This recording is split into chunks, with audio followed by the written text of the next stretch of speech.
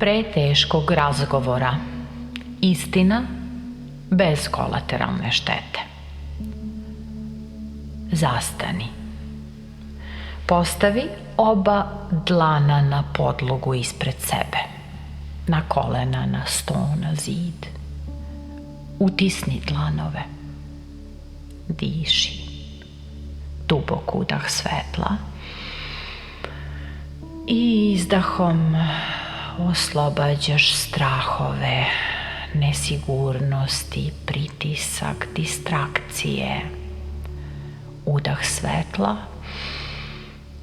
Izdah svega što te ne služi. Tvoj je život tvoj. Tvoje odgovornosti traže da časno i hrabro odgovoriš izazovima. Svako je mera svog sveta i odgovoran da odgovori na svoju ulogu, koju sam bira. Osjećaš blagoslov da kažeš tačno ono što treba, tonom koji treba, na način koji treba.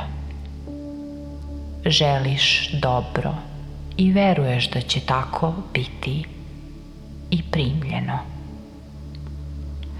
Iz tebe izlaze reči uvida, jasnoće, odlučnosti i mira. Drugi ih razumeju, veruju ti i pronalaze smisao u njima. Imaš jasnoću, unutrašnji mir i snagu u dlanovima.